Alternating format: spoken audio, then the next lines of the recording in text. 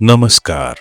सुनिए जरा, मैं आपका स्वागत है। मेरा नाम है रोहित दुबे और मैं आपको सुनाने जा रहा हूँ कांता भारती द्वारा लिखी रेत की मछली का 10वां अध्याय। मेरी यातना, अपनी महत्वाकांक्षा और लिप्सा के सघन क्षणों का सप्ताह बिताकर शोभन लौटे। तब सबसे पहले उन्होंने अपने साहित्यिक मित्रों को आमंत्रित किया। लौटी तो मैं भी थी, लेकिन शोभन के साथ लौटी थी यह नहीं कह सकती।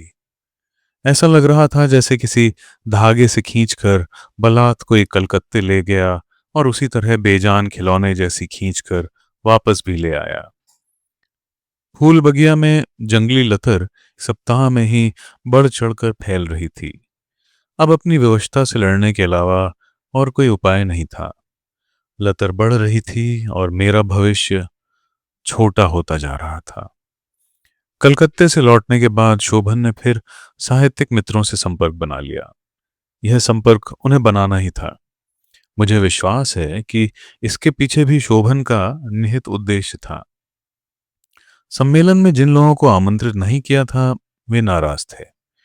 शोभन अब उनके सामने सफाई यह देना चाहते थे कि जो कुछ हुआ वह संयोजकों की नासमझी से हुआ। उन्होंने तो इन तमाम लोगों के नाम दिए थे, लेकिन आयोजक शायद इन नामों से परिचित नहीं थे। यह कहकर शोभन जहां अपना बड़प्पन दिखा रहे थे, वहां यह भी साबित करना चाहते थे कि बाकी लोग शोभन से कितने छोटे हैं। तभी तो संयोजक उनके नाम याद नहीं रख पाए। शोभन ने उन्हें बताया कि वास्तव में तो सम्मेलन के बाद अब ही असली समारोह शुरू होना है। शोभन उसे लड़ाई की संज्ञा दे रहे थे। उन्होंने कहा था कि अब साहित्यकार को एक व्यापक लड़ाई लड़नी पड़ेगी। असली काम तो यह लड़ाई ही है। शोभन में साधारण चतुराई नहीं थी। अपने से पराजित लोगों को फिर अपने साथ ला खड़ा करने की कला उन्हें आती थी। अंतर्राष्ट्रीय स्तर पर आसन्न युद्ध का संकट और मानव की यातना से संघर्ष का लंबा चौड़ा ब्यौरा शोभन ने दिया। उनका कहना था कि इस आसन्न संकट के बीच मानव को अपने खोए हुए मूल्य और मर्यादाओं की खोज करनी होगी। शोभन के कलाकार मित्र सहसा बीच में ही बोल पड़े थे, लेकिन बंधु, इस पर तो पहले ही से काफी काम हो चुका है और फिर वर्मा जी ने इस विषय पर तो पूरी पुस्तक ही लिखने की सोच ली है। संवाद सुनते सुनते मैं अपने आप में मुस्कुराई। पुस्तक अब वर्मा जी तो क्या लिखेंगे? वर्मा जी ने तो कुछ सोच समझकर अपने को स्पष्ट करने के लिए शोभन से कहा सुना था। शोभन का दिमाग इस मामले में तो काफी तेज है। वर्मा जी से जो बहस होती जा रही थी उसे शोभन लगातार रात में लेखबद्ध करते रहे थे। पांडुलिपि अब टाइप भी हो चुकी थी। सिर्फ प्रकाशन की कसर थी। और अब मानव मूल्यों पर जिस बहस का आयोजन वे यहाँ और बड़े पैमाने पर करना चाहते थे, वह तो वास्तव में उनकी इस किताब का उद्घाटन समारोह भर होने वाला था। ऐसे मामलों में शोभन कितने कुशल हैं। सम्मेलन के लिए कलकत्ते जाते समय ट्रेन पर उनके साथ सम्मेलन की अध्यक्षता करने के लिए बुलाए गए डॉक्टर भुवन भी थे।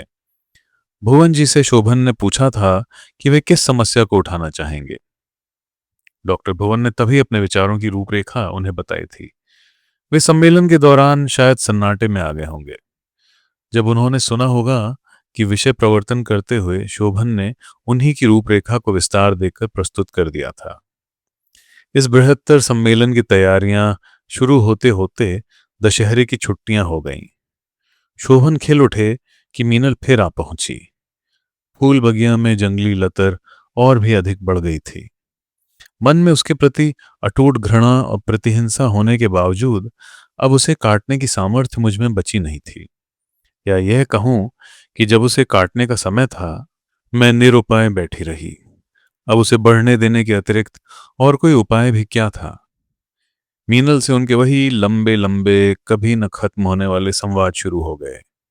मैंने सुना वे बड़े हर्ष से मीनल को बता रहे थे कि भारत पब्लिशर्स के निदेशक श्री रतनलाल का पत्र आया है। रतनलाल चाहते हैं कि उनके बड़े साप्ताहिक के बारे में अंतिम रूप में शोभन अपना फैसला दे दें। कलकत्ते के सम्मेलन के दौरान रतनलाल ने शोभन से कहा था कि वे उन्हें अपने साप्ताहिक का संपादक बनाना चाहते हैं। शोभन समाचार से गदगद हो उठे थे। वे साधारण खिलाड़ी नहीं थे, इसलिए उन्होंने जाहिर यह किया था कि इस आमंत्रण को स्वीकार करने में उन्हें असुविधा हो रही है और इलाहाबाद जाकर अपने मित्रों से सलाह मशवरा करने के बाद ही वे अंतिम रूप से कुछ निर्णय ले सकेंगे। नाम के लिए अपनी विरक्ति जाहिर करने के बाद शोभन ने अपने मित्रों से इस बात की चर्चा भी की थी। मित्रों को वे ये दिखाना चाहते थे कि उन्हें कितना बड़ा महत्व मिल रहा है। वर्मा जी ने बहुत धीरे से मुस्कुराकर कहा था, शोभन, तुम्हें याद है पिछली बार हम लोगों ने सम्मेलन किया था? तुमने उसमें क्या कहा था कि साहित्य और साहित्यकार के लिए राज आश्रय खतरनाक है। और यह बताओ शोभन, तुम्हें दिया जाने वाला यह संपादकत्व क्या एक धनी व्यक्ति का आश्रय नहीं होगा? वर्मा जी ने जो नहीं कहा था वह शोभन के चित्रकार कवि मित्र ने ठाकेदार हंसी के साथ कह डाला। राज आश्रय छोड़कर सेठ आश्रय चुनोगे? शोभन ने वह वार्तालाप इससे आगे चलने नहीं दिया था। अपने मित्रों से जो अवमानना मिली थी उसे शोभन मीनल से छुपा गए। बल्कि उन्होंने कहा कि उनके साहित्यिक मित्र उनसे इसलिए रुष्ट हैं कि ख्याति की दौड़ में वे पीछे रह गए। मीनल ने उनके इस आत्मसंतोष को समर्थन दिया। शोभन बहुत खुश थे कि उनकी महत्वाकांक्षा को अयाचित बल मिल रहा है। शोभन से कटी हुई मैं अब इतनी तिक्त होती जा रही थी कि उस दुनिया में झांकने की मेरी इच्छा भी नहीं होती थी। मैंने अपने आप को जब निर्वासित कर लेने का ही निश्चय कर लिया था। शोभन के साहित्यकार मित्रों से मेरे निर्वासन का यह रहस्य छिपा हुआ नहीं था।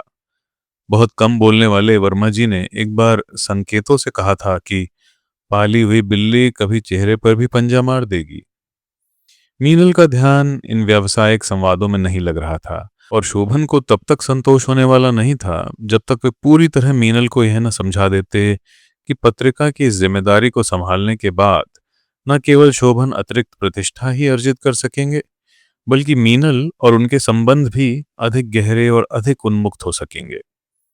शोभन को जिसकी बहुत प्रतीक्षा थी वह पत्र रतनलाल की ओर से उनके पास आ गया। रतनलाल ने लिखा था, वे सपरिवार नैनीताल जा रहे हैं। अच्छा होगा कि शोभन वहीं आ जाएं। पत्रिका के बारे में बात करने में भी आसानी होगी। शोभन पत्र पाकर उछल पड़े। उत्साह में वे यह भूल गए कि मैं भी उस समय वहां थी। मुझे देखकर उन्होंने अपने आप को संभाल लिया। बात बदलते हुए बोले, कितना अच्छा होगा कि अब हम लोग बहुत दिनों के बाद हमारा सोचा हुआ संभव हो जाएगा। कब बुलाया है? मीनल ने पूछा। कब? शोभन ने रतनलाल का पत्र मीनल के आगे बढ़ाकर कहा, बस जितनी जल्दी हम लोग चल सकें। वे लोग तो नैनीताल पहुंच भी चुके होंगे। मैं तो अभी चल सकती हूँ, मीनल ने उत्साह से कहा। शोभन ने अब मेरी ओर देखा। मेरी उपस्थिति मात्र से शोभन अव्यवस्थित हो रहे थे। अनमने स्वर में मुझसे बोले, अभी इतनी जल्दी कैसे जा सकते हैं? ऐसे कुंतल को तो काफी तैयारी करनी पड़ेगी। नहीं, मैं नहीं जाना चाहती, आप दोनों हो आइए, मैंने उपेक्षा से कहा। शोभन माने नहीं, मान सकते भी नहीं थे, बल्कि उनके लिए उस समय मेरा साथ न जाना घातक भी हो सकता था। शोभन मीनल को ले ही जाना चाहते थे। मीनल और उनके लिए यह सुअवसर पक्के फल की तरह जैसे ऊपर से आ टपका था। नैनीताल की पृष्ठभूमि से अधिक उपयुक्त उनके स्नेही संबंध के लिए और हो ही क्या सकता था। लेकिन मीनल को अकेले ले जाने लायक साहस उनमें नहीं था। रतनलाल का भी परिवार वहां था। शोभन ये भी जानते थे कि रतनलाल विवाह संबंध से बाहर शोभन का संबंध पसंद नहीं करेंगे। बहुत बड़ा स्थान, समृद्धि की बहुत बड़ी सीढ़ी उन्हें मिलने जा रही थी। इस सीढ़ी के लिए वे ऐसा कोई खतरा किसी भी कीमत पर लेने को तैयार नहीं थे। मेरे सामने समस्या कोई नहीं थी, केवल अपनी पराजय की व्यथा ही थी। उनके आग्रह का सामना करने के लिए मेरे पास सीधे कोई तर्क नहीं था। मेरा ध्यान तोरू की ओर गया। मैंने थोड़ी तिक्तता के साथ कहा, नैनीताल में काफी सर्दी पड़ेगी, तोरू के पास तो गर्म कपड़े तक नहीं हैं। तो क्या हुआ, वहीं नैनीताल चलकर ले लेंगे, शोभन ने कहा। थोड़ी सी ऊन खरीद लेना, उससे तोरू के लिए स्वेटर बुन लेना, मीनल ने कहा। तब तक उसे शॉल उड़ा लेना। मेरा मन जल उठा। क्षोभ से गला रुंध आया। ये कैसी नियति है? सब कुछ मेरा है, फिर भी मैं उसे अपनी एकमात्र बच्ची तोरू के लिए प्राप्त नहीं कर सकती। शोभन प्रसंग की कटुता को समझ गए थे, इसीलिए उन्होंने तुरंत बात बदल दी। और कोई समय होता तो शोभन का रुख बिल्कुल ही दूसरा होता। इस समय तो वे किसी भी कीमत पर स्थिति संभालने को आमादा थे। सारी बात भूलकर उन्होंने अतिरिक्त आत्मीयता दिखाते हुए मुझसे कहा कि तुम्हें तो चलना ही होगा। मैंने मन में सोचा था कि यात्रा के बीच मन बदल जाएगा, नई जगह पहुंचूंगी तो नया वातावरण अवसाद को अपने आप ही समेट लेगा। लेकिन ऐसा कुछ हुआ नहीं। रास्ते भर मेरा अवसाद और अधिक बढ़ गया। मुझे याद आ रहा था जब शादी के बाद पहली बार शोभन मुझे इसी रास्ते से नैनीताल लाए थे। तब से इतने वर्षों पहले की उस कुंतल और आज की कुंतल में एक जैसा कुछ भी नहीं बचा था। शोभन मीनल से सटे हुए खिड़की से बाहर देख देख कर इस तरह बातें कर रहे थे कि देखने वाला उन्हें ही पति पत्नी समझता। पता नहीं यात्रियों ने ध्यान दिया था या नहीं। मैं उनके सामने किसी आया से अधिक शायद ही कुछ लग रही थी।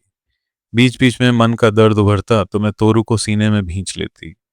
रास्ते भर एक बार भी शोभन की ओर चेहरा घुमाने की मेरी इच्छा नहीं हुई।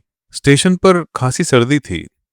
डब्बे के अंदर मौसम उतना सर्द नहीं लग रहा था। बाहर निकलते ही मैंने देखा तोरू की नन्ही नन्ही उंगलियां सर्दी के कारण नीली हो आई थी। मन कचोट उठा। शोभन ने एक बार भी इस बात पर ध्यान नहीं दिया कि तोरू को सर्दी भी लग रही होगी। स्टेशन से बाहर निकलकर हम लोग टैक्सी में बैठे।